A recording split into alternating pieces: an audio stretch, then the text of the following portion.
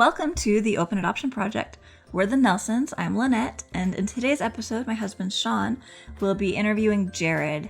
And Jared is a birth father, and we're really excited to share a birth father's perspective and experiences here on the podcast today.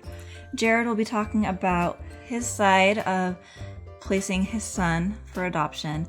And next week, we'll have something really fun where we get to hear from Jared's wife, Shayla, who is the birth mom of their child that they placed. They ended up getting married a little while later, and they have 2 sons that they're parenting. So they're the parents of 3 boys. They're really wonderful. They're so sweet. And one of my favorite things as I listened to him was just how tender this all was. He's so open about these raw and hard emotions, and it's just a really beautiful episode to hear and feel a bit of what he's sharing and what he's experienced. So we'll jump to the interview right now, and then we'll recap at the end.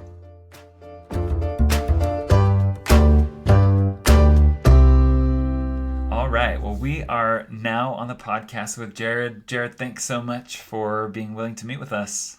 Yeah. Let's go ahead and just have you introduce yourself a little bit so we get to know who you are. So my name's Jared. Currently, I am 29 years young. I'm married with 2 kids. I enjoy being outdoors. I enjoy motocross. I'm in a band. I write music.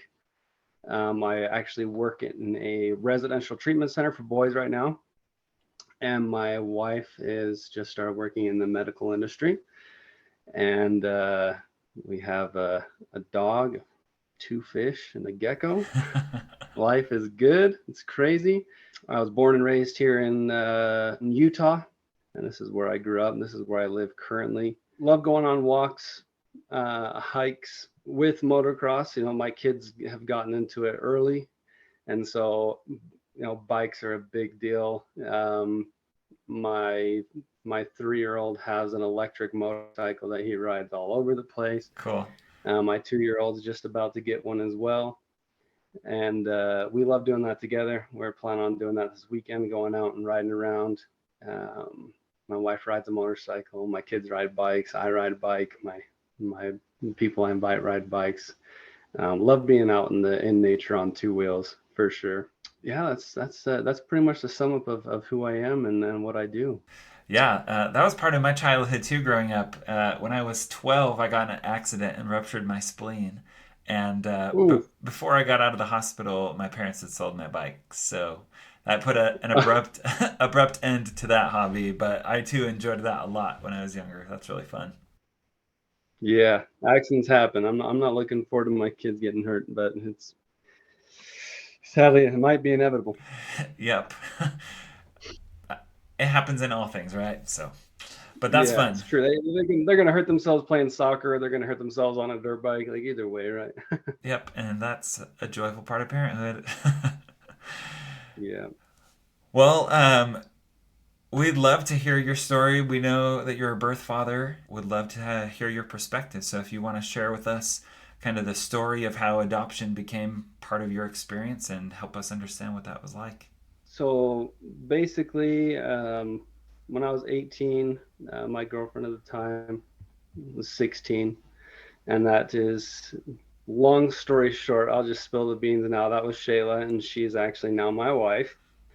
So that was 10 years ago, between 10 and 11 years ago. We got pregnant. We found out that she was pregnant.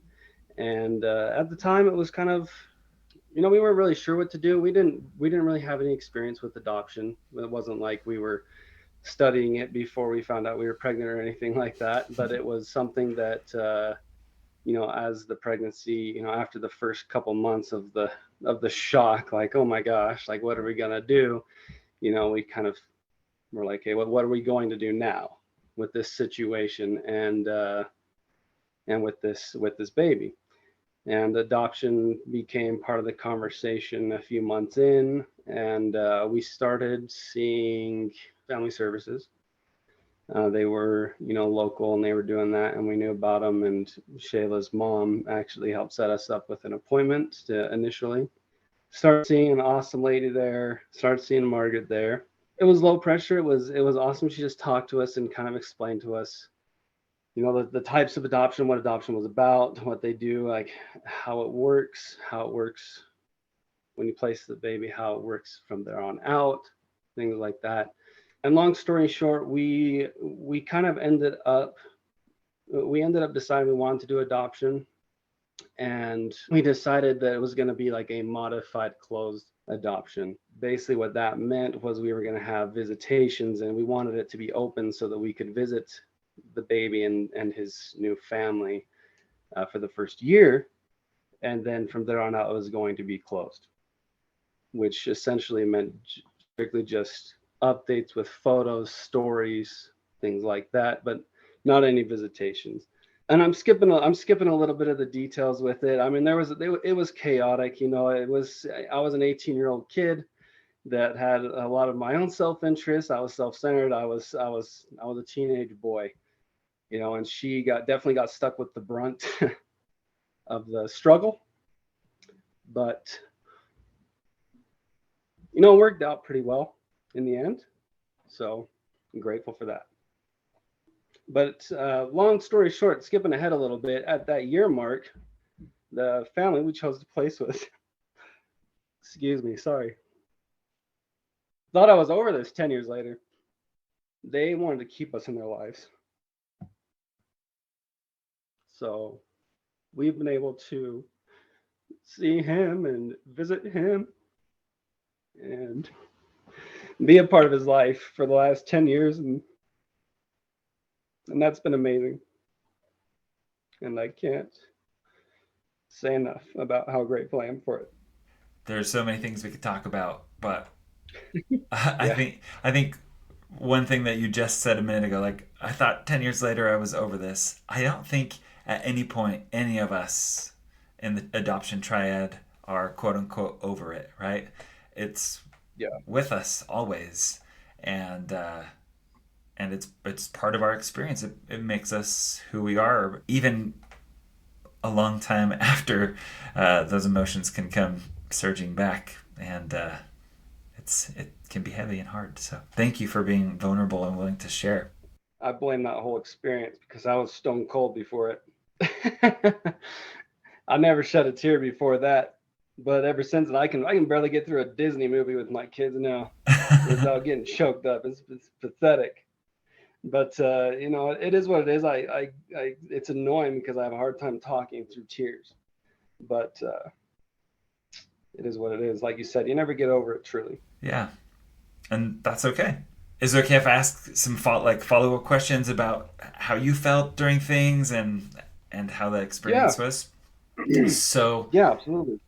I know that you mentioned this, but maybe can you walk us through like what it felt like or what the experience was like when you guys found out that you were pregnant? It was shocking to say the least. And I mean, we were young, and we're both the oldest in our family. So ironically, my mom was pregnant. She was pregnant with my youngest brother. Her mom was 6 months pregnant with her youngest sister. So my mom, my now mother-in-law, and my girlfriend, now wife, were all pregnant at the same time. So it was crazy. And again, like I mentioned before, like I was, at the time I was an 18-year-old boy. I was definitely more worried about my issues in my life than the reality of the situation at hand, I would say. But it was definitely a crazy time, and a lot of a lot of emotion, that's for sure. I stuck with her, and I felt like I needed to. Yeah. I felt like I should. I felt like I mean, it's not fair that she gets stuck with with reality for 9 months while I'm in reality I could go off and do whatever I wanted. Where she couldn't. She had to switch schools. She had to deal with repercussions from her parents being upset with what happened, of course, and then I had to deal with my parents being upset with what happened. And there was a lot of emotional, a lot of turmoil in the first couple months. But when the dust settled, everybody stepped up and was like, how do we make this situation better? Hence her mom scheduling us adoption appointments, and my mom being a great support system for me. And ultimately, after the first, I'd probably say 3 or 4 months of the pregnancy, it just really turned into what's going to be best for this baby. So That's great. I don't know if that answered your question or Yeah, not. yeah, and it actually answered a couple others that I had too. So initially, it sounds like families were pretty. Upset. Yeah, I They were mean, upset, yeah, I can imagine them being realistically. upset. Also, probably emotions running high with both of your moms being pregnant too. That Yeah. probably made it even a more unique and challenging situation. I mean, you started kind of talking about it that way, but then after the dust settled, as you said, then everybody stepped up and there was that support. You mentioned her mom helping with setting up adoption appointments. What other things did parents do that helped you feel their support? For me, my mom was always there to talk to. Things were hard, or when I felt like I didn't know what to do or who to talk to about what I felt. She was always there for me to talk to. She's always been very level-headed and logical.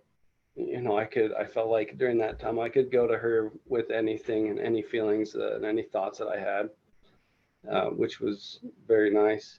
And then her parents, obviously her mom helping us with the adoption thing, giving her expertise and knowledge and knowing she's actually a surrogate mother, and so she had a little bit of experience in not so much adoption, I guess. It's similar. So but she understood to a point, what would be best, and just the process in general. Yeah. It's not like either of our families had dealt with adoption, had adopted anybody or placed anybody for adoption. So it was definitely very helpful for her to be like, hey, this is a good place to go. These are good people to talk to. This is kind of how it works. And, her helping Shayla deal with the, know what to expect emotion wise.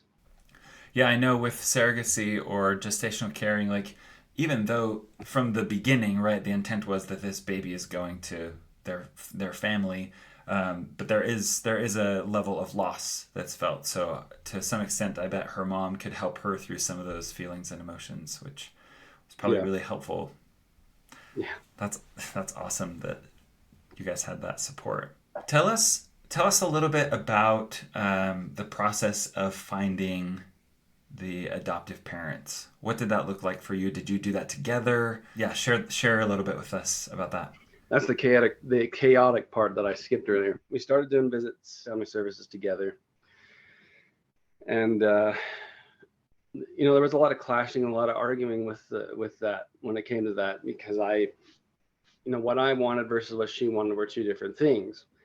And I imagine that's probably, a similar case with a lot of individuals.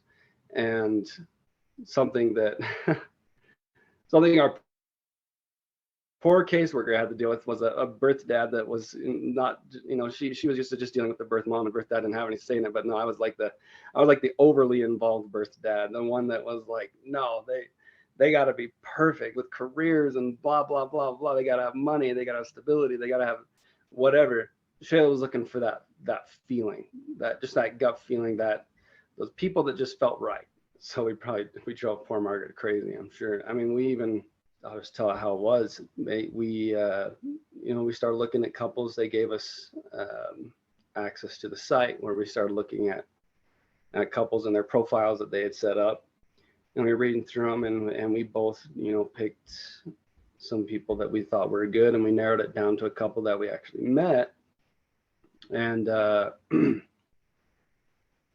ultimately, what happened? We actually picked one couple and decided we were going to place with them, and I was all for it. I was all in. I was like, great, perfect. They're awesome. But Shayla didn't have a good feeling about it, and we when we backed out of that placement, which I imagine was unbelievably hard for that couple. And to put this into perspective, this was all like she was due in a matter of a week or two. Not even. I think she was due in a week. because at that point we were so close to the delivery date that the next time we met with Margaret after we decided to back out, was the conversation, at least from my end, was literally like at this point, anyone's better than no one. So like, what do you suggest? She was like, I got this couple. She's like, they're brand new. I don't know what to think about them yet, but I got a good feeling about them. Here's our profile. So we're like, let's do it. Let's meet them. We met with them, and they were very enthusiastic, obviously. And Shayla had a great feeling about them. Shayla said she loved them, and I was like, great. Again, like, anybody's better than nobody at this point, and they do seem really awesome. And that was my mentality at the time, I'll be honest. So again, Shayla had a great feeling about them, so we picked them, and it was all in the same week. Met them on a Tuesday, went to dinner on Wednesday, told them that we were going to place with them, had the baby, or we told them we were going to place them on Thursday. I'm sorry, met them on Tuesday, told them we were going to place them on Thursday. The baby was born Saturday. And then we told them Sunday that he was here. So it was like just this, whew, it's just like, yeah, it's fast. And then they had given us 5 names. They wanted us to have some say in the name, so we just sent them a picture and said we think he looks like a Carson. That was one of the names that they had given us. So, and that's how we told them that he was here, and that's kind of how the choosing of the family went. So kind of a emotional whirlwind in the beginning. So maybe one follow-up question to that. So you said that she just didn't feel like that first couple was right. Can you maybe expound just a little bit on that? Because I mean, I know ultimately you have to be super solid with the decision that you're making, right? And you have to feel really, really good about it. Anything around that you want to share? I mean, ultimately, I think the biggest reason that we told them we were going to place them was because I was pushing for it so hard. They were a couple that met all the criteria that I wanted. And I pushed for it really hard. I pushed Shayla for it really hard, and I didn't force her into making the decision, but I did push for it very hard, and she wanted to, she went along with it. And it just wasn't till after the fact that she, felt first. I mean, she had her doubts beforehand, but it wasn't until after the fact that she really, really felt like she needed to, act on her doubts and make the hard decision. And she did make it on her own. She told them, and it's a hard thing to say. It's a hard thing to tell somebody, especially after you meet them and you commit to giving them something that they wanted for who knows how long and can't have on their own. It's definitely tough for them, tough for us. But ultimately she felt like she needed to do what she felt like was right. And it wasn't that there was anything wrong with those people or anything like that. It was just kind of a gut feeling for her. And for me, it was, I take the blame mostly because I was just kind of blind to her objections and her opinion on the couple prior. And so I pushed really hard for it, and I kind of ignored what she said about them. And so she said, okay. And then, it wasn't until after the fact that, we talked about it more, and I opened up to what she was saying, and I listened to what she was saying. And I realized that, we both needed to feel good about this decision, not just one of us. I think you give yourselves grace. It's been a decade, and you were 16 and 18, right? trying to make the best decisions and working together. I imagine that was hard, and probably looking back, you could do things differently if you could go back. But that was your experience, right? If you could go back in time and change anything in that process from the beginning, like when you found out you were pregnant till after or to placement. Anything else that you would have wished would have happened differently? Realistically, and something I kind of mentioned before, was like I wish that I had been less self-absorbed in myself. And maybe that's asking a lot of an 18-year-old boy. I don't remember how I felt or my thought process as an 18-year-old boy necessarily, but looking back on it as 10, 11 years later, I think of myself as a very self-interested, self-absorbed person that cared more about what he was going through and his emotions and his thoughts and feelings than, well, maybe that's the best way to put it. I think the better way to put it is I wasn't putting myself in her shoes enough. And if I could change one thing about those 9 months, that's what I would be doing. I'd be putting myself in her shoes more often, because she definitely got the worst end of it. She had to deal with her mom that was pregnant. She had to deal with herself that was pregnant. And she had to deal with me, who also had a pregnant mother. And then I had all these strong opinions, and I was, and we'd only been dating for months. I was working, I was working out. I had all these other ambitions and goals. And I was just like, this is a, looking back on it now, I'm like, that was a serious situation, and I could have really stepped up, and I could have put myself in her shoes more, and I could have been more supportive than I was. I could have done more to kind of be a little bit more of a relief in her life versus an extra stress. And I feel like something I did was add more stress to her plate versus taking it away. It's probably asking a lot of an 18-year-old boy. Like, it's hard to be like, hey, all you 16, 17, 18-year-old boys out there that get your girlfriend pregnant, like, step up, be a man, be supportive, be the perfect support person in her life. Like, that's probably a tough thing to do for a lot of them. So, but if I could change one thing, that's what I would do. Well, and like you said in the beginning, hate answering questions or thinking about questions like this because we can't change the past. But for the 17-year-old or 18-year-old boy who's listening to this, who's in the same situation that you were 10 years ago, that's some great advice and some great thoughts for that person to consider. So thank you for sharing that. Let's talk a little bit about your relationship with Carson's parents, and why why at first you wanted to do that year of kind of open and then close the door. What was maybe the thinking behind that? Let's start there. The thinking behind that, to the best of my recollection anyways, was just, we felt like that would be best for the child to develop that relationship with his parents. We felt like that would be best for his adoptive parents to develop that relationship with their child without having to juggle other people in their lives. And that changed down the road, that idea, but that was the initial thought, I would say. Let's talk a little bit about that change. How did that happen, and how did that relationship morph and change over time?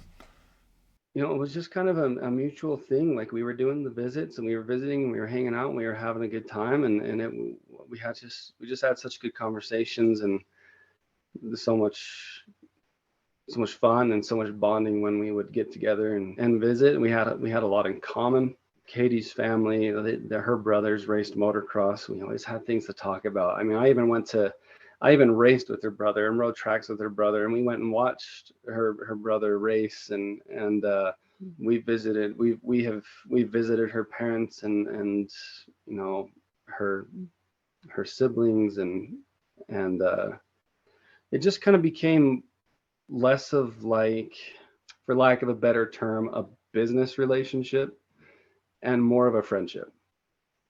Same thing with Devin and his side of the family. They've always accepted us, both of us, with open arms. And Devin loves biking and mountain biking and being outdoors and camping, and like all the things that we love to do too, that both of them do. And so we've just had so much in common. We both had so much to talk about every time we get together. It's just been an added bonus that we were able to give them their first child. and we've always been able to openly talk about that too. That's something that's been very nice and convenient. It wasn't like we show up and it wasn't like the routine questions like, oh, how's Carson doing? Is he getting enough to eat? Is he sleeping at night?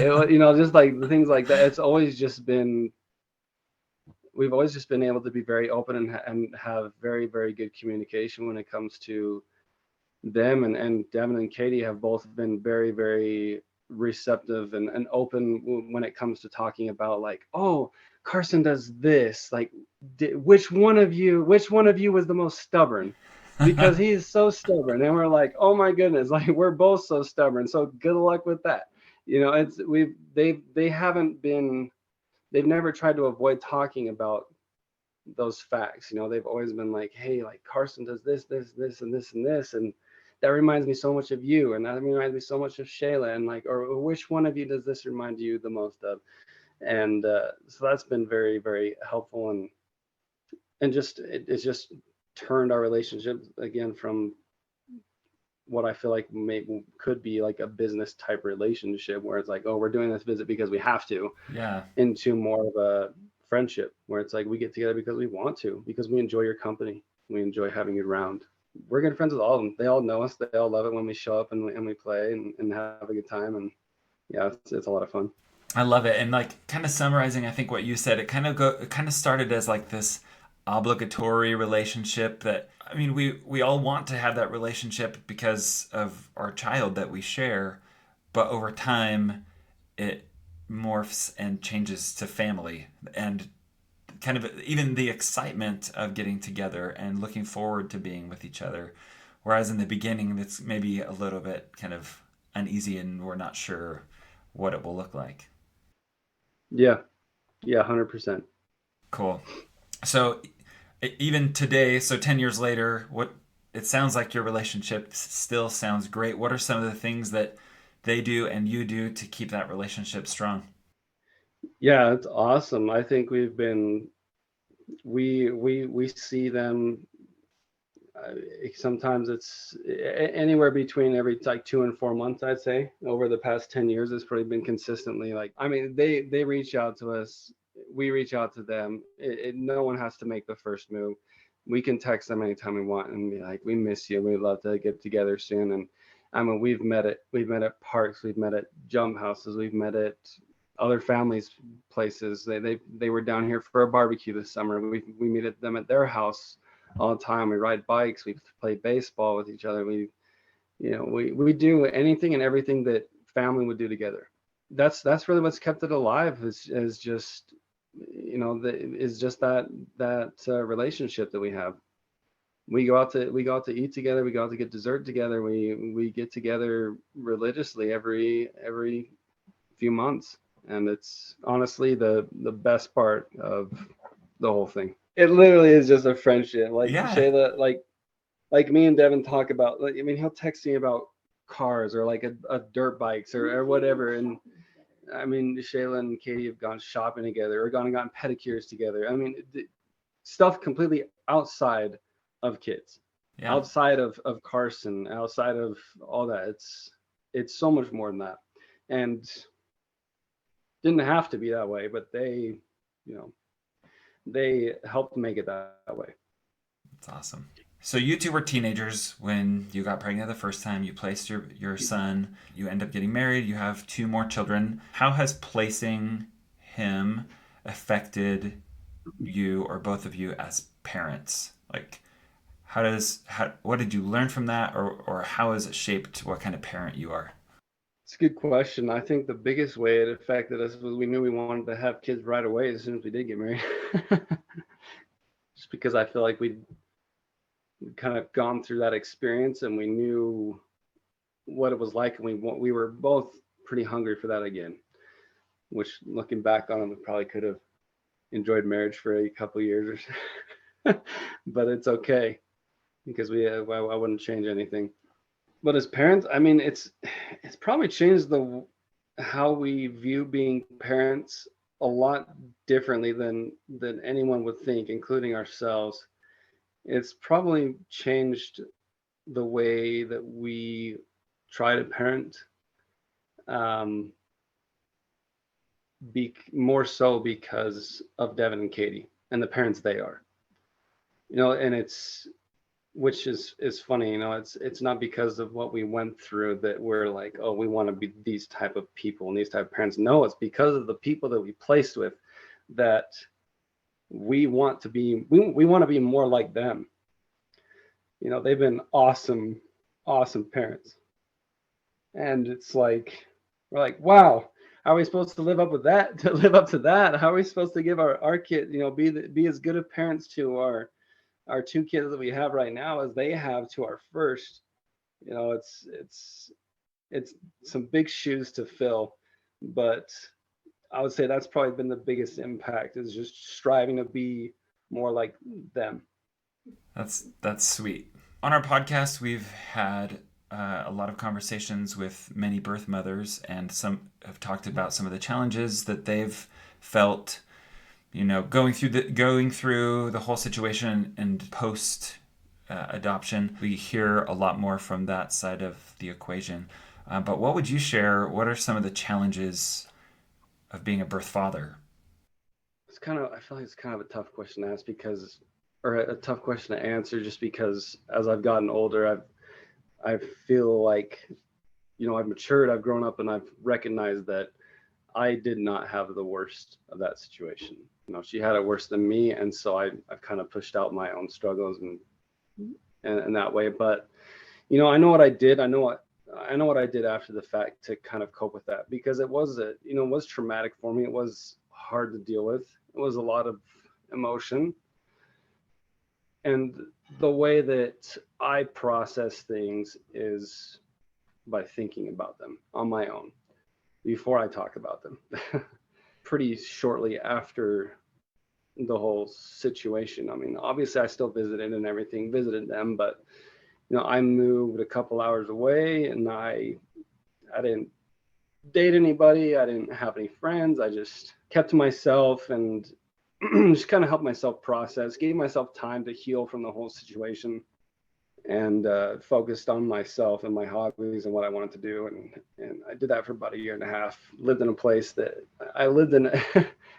Actually, literally, I lived in a windowless basement bedroom with no Wi-Fi for about a year and a half before I came out of hiding and started socializing again.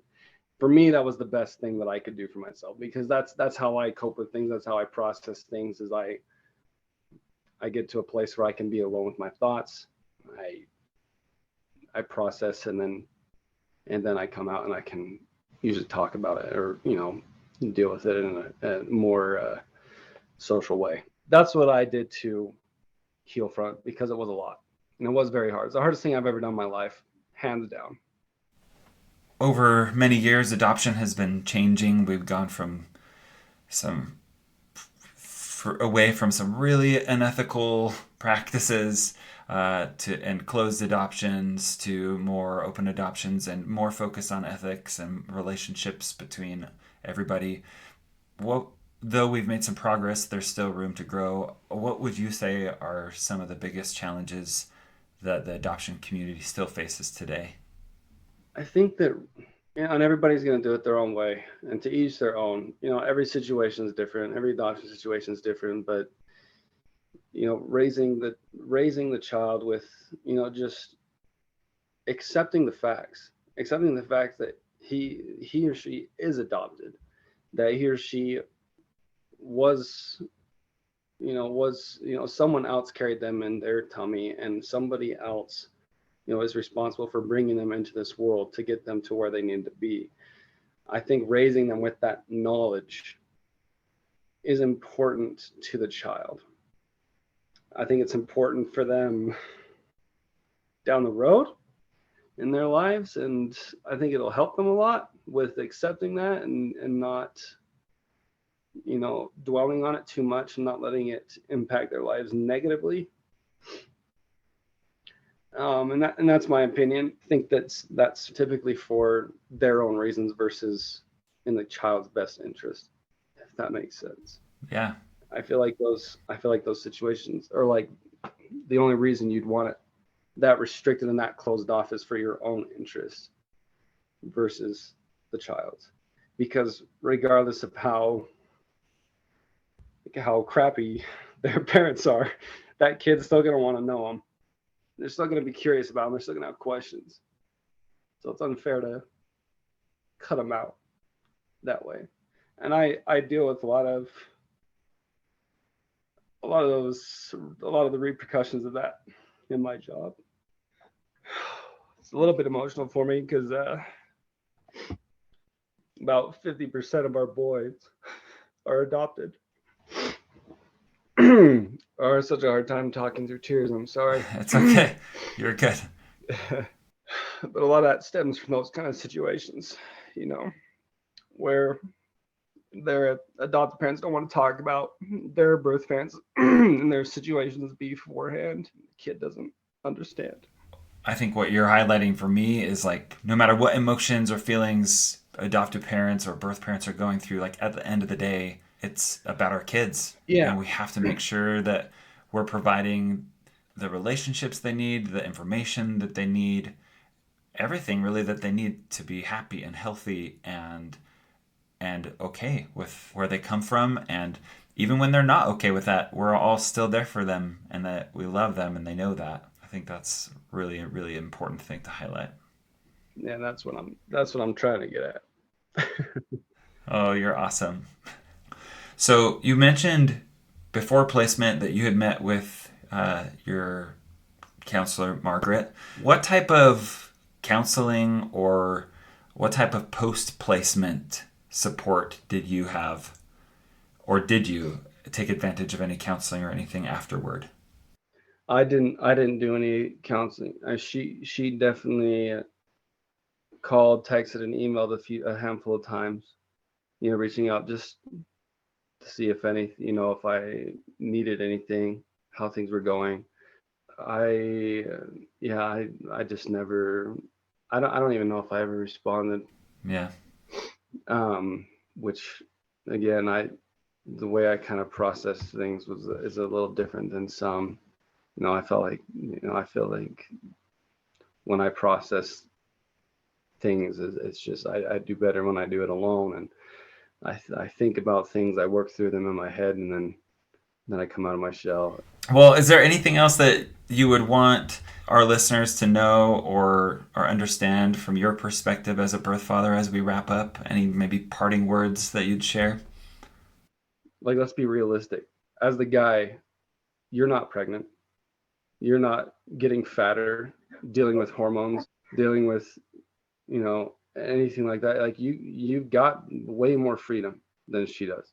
Any guy that just ups and leaves and bails out on that is just a frightened human, and so I would just think, if I was going to say anything to any guys out there in that kind of situation, it would be like, stick it out.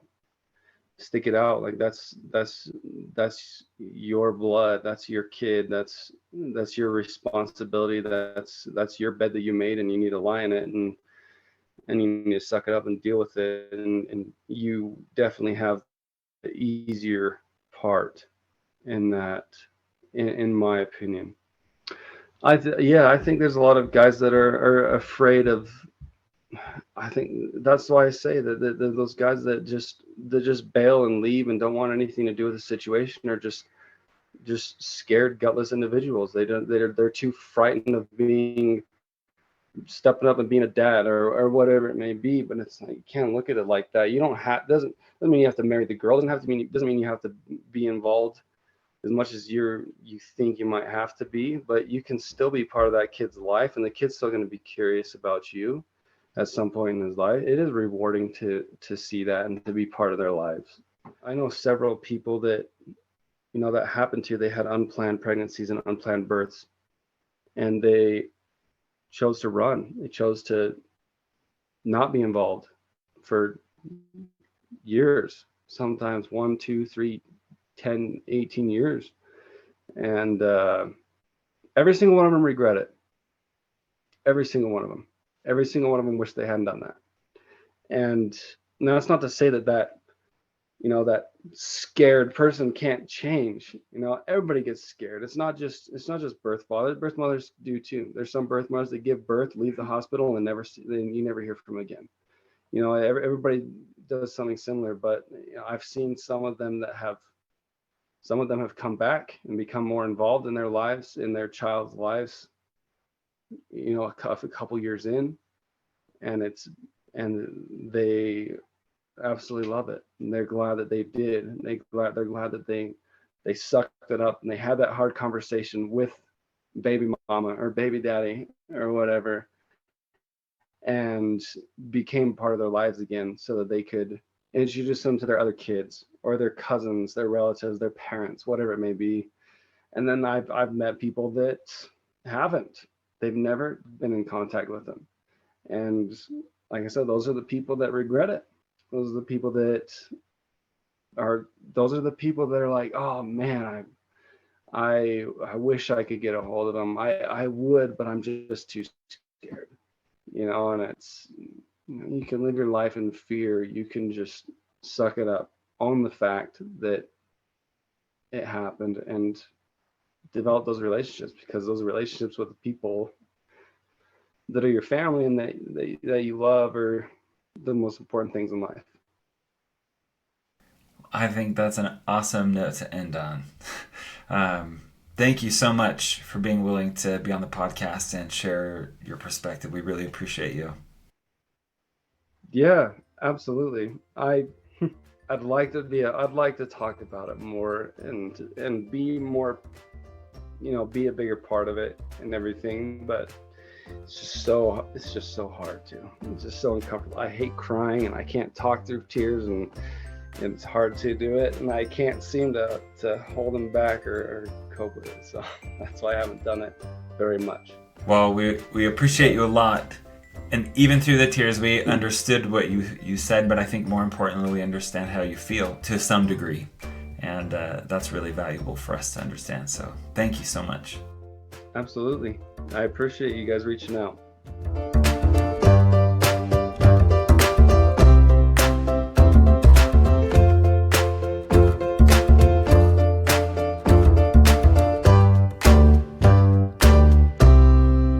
Thank you so much for listening to this episode of the Open Adoption Project. Wow, huh? I loved this episode. I really, really liked doing that interview. Yeah, I was sad that I didn't get to sit in on that interview with you, but it might have been better the way that it was, keeping it more intimate. It was just such a beautiful episode to listen to for me. Yeah, and honestly, I'm excited because I still haven't listened to the conversation that you've had with Shayla. Yeah, so I wasn't even intentional. We just, schedule-wise, Sean interviewed Jared and I interviewed Shayla, and we planned on having these come out the same week, but it just didn't work out. Life happens. Which, I'm sure you guys can forgive us, right? But we're really excited to share that side next week. I loved hearing from Jared. What were some of your favorite parts? Yeah, I mean, even right there toward the end, he shared a lot of thoughts that I just really liked.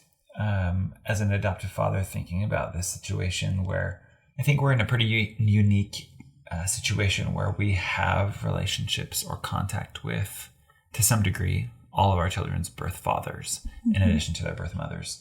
But I really liked what he said, that birth fathers need to be involved. And the degree to which that happens, it's going to look different for everyone. But ultimately, at the end of the day, it's for our kids. Someday, they're going to have questions. They're going to want to know. And if we can form that relationship in some way, right? It doesn't have to look the same for everybody, but some type of connection, so that when those questions do come, or if, maybe all along they've been part of a relationship, it's just going to benefit the kids. And I really, really like how he shared that. Yeah, I like the emphasis on these relationships might be hard sometimes, but we're doing it for our children, right? And you can connect in meaningful ways. And as adoptive parents, we need to be willing to be flexible and to keep that door open to help our children have those connections, because they're going to want them. But on the same note, I think the way that he described the relationship that he and Shayla have with their son's adoptive parents is awesome, right? I loved that. It's not their relationship isn't always just based on the fact that they share a kid together, right? But they have a lot of interests, and they've built great relationships around those interests, in so much that it's not just about getting together so that they can see the kids, but so that they can hang out with each other because they're friends and they have similar interests. And I really, really liked that. I loved hearing how Jared spoke about Dev and Katie. Yeah, I loved that tender way that Jared spoke about Dev and Katie. And I also heard that in my interview with Shayla. The way that she speaks about Dev and Katie is just so tender, so loving. And we are actually friends with Dev and Katie too. I can promise and attest that that's how they speak about Jared and Shayla too. And I just think that's such a beautiful example of how we can build these relationships and turn them into something so gorgeous, right? Like they're nurturing these relationships, they're respecting one another, and there's just such a high level of trust and love, respect, and goodness. It's really beautiful to hear and watch. Another thing that I learned a little bit more about as I listened to Jared speak was that after placement, birth parents are going to deal with their emotions in whatever way they need to overcome, to cope, to understand, to, get to a point where they're okay. And I think it's important from the adoptive parent perspective to make sure that we allow whatever that process is to happen and to support how we can. It was interesting to me the difference between how he dealt with and handled the situation. And I'm sure when Shayla shares her story next week, you'll see a totally different way that she coped. I think that's really important to think about. Yeah, I loved doing these 2 episodes together like this. I'm excited to share next week as well. And I just loved hearing Jared's story. I am so excited for you all to hear Shayla's story next week too. Thanks again to Jared for sharing his thoughts and feelings with us. Thanks to each of you for being listeners, and we'll be back next week with Shayla's episode.